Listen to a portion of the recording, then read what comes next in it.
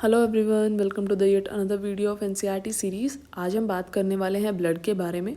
Right, blood जो होता है that is the fluid connective tissue होता है, या फिर आप उसे मोबाइल कनेक्टिव टिश्यू भी कहते हो, क्योंकि ये पूरी बॉडी को कनेक्ट करके रखता है।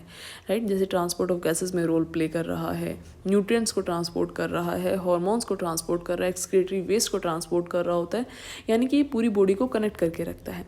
सेकेंड, हम कहते हैं इस ब्लड की जो पीएच होती है दैट इज़ 7.4, यानी कि स्लाइटली एल्कलाइन होती है। साथ में हम कहते हैं this is the softest tissue of our body.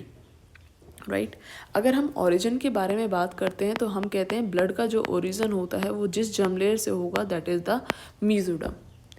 अब ब्लड की कंपोजिशन में देखते हैं तो हम कहते हैं ब्लड जो होता है वो बेसिकली दो कंपोनेंट से मिलकर बना हुआ है। One is the plasma, another is the formed element होता है।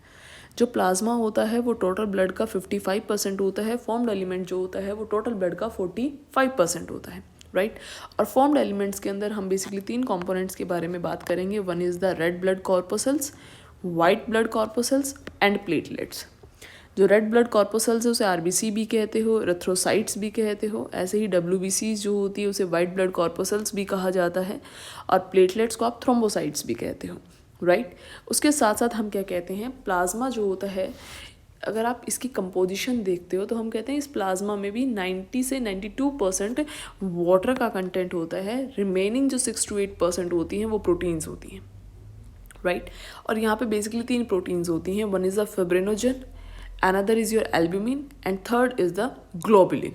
राइट, हम कहते हैं फिब्रिनोजन जो होता है this protein is produced by the liver, और फिब्रिनोजन एक इम्पॉर्टेंट क्लोटिंग फैक्टर होता है जो बेसिकली क्लोटिंग कर रहा होता है, प्रिवेंट एक्सेस ब्लड लॉस को बचा रहा होता है। राइट, सेकंड होता है एल्ब्यूमिन। एल्ब्यूमिन के बारे में बहुत इंपॉर्टेंट बात होती है। हम कहते हैं ये हमारी बॉडी के ऑस्मोटिक बैलेंस को मेंटेन कर रहा होता है। कैसे मेंटेन करता है, ध्यान से देखना। अगर ये आपकी ब्लड वेसल है, ब्लड वेसल में हम कह रहे हैं प्लाज्मा है, प्लाज्मा के पास तो बहुत सारा वाटर है, यानी कि 90 से 92% वाटर ही है। राइट, और यहीं पे आपके एल्ब्यूमिन के प्रोटीन्स प्रेजेंट है।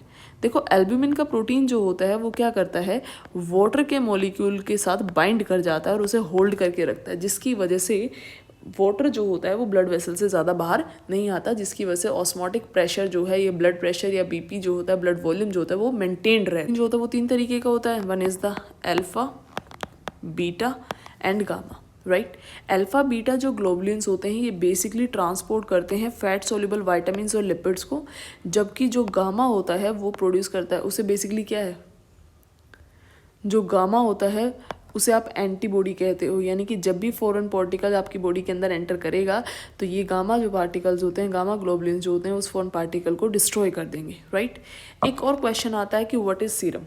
तो हम कहते हैं कि अगर प्लाज्मा में से क्लोटिंग फैक्टर्स को आप माइनस कर दोगे तो जो पीछे आपको सब्सटेंस मिलेगा दैट इज़ द सीरम। कई बार क्वेश्चन एग्जामिनर पूछ लेता है कि अगर आप ब्लड के कंपोनेंट्स की बात कर रहे हो तो what is the basic difference between the plasma and the formed elements. तो हम कहते हैं प्लाज्मा का जो कलर होता है वो पेल येलो आता है, जस्ट बिकॉज क्योंकि वहाँ पर एक पिगमेंट प्रेजेंट होता है that is the bilirubin. Right, I hope आपको यहाँ तक चीज़ें समझ आई होगी। Thank you so much.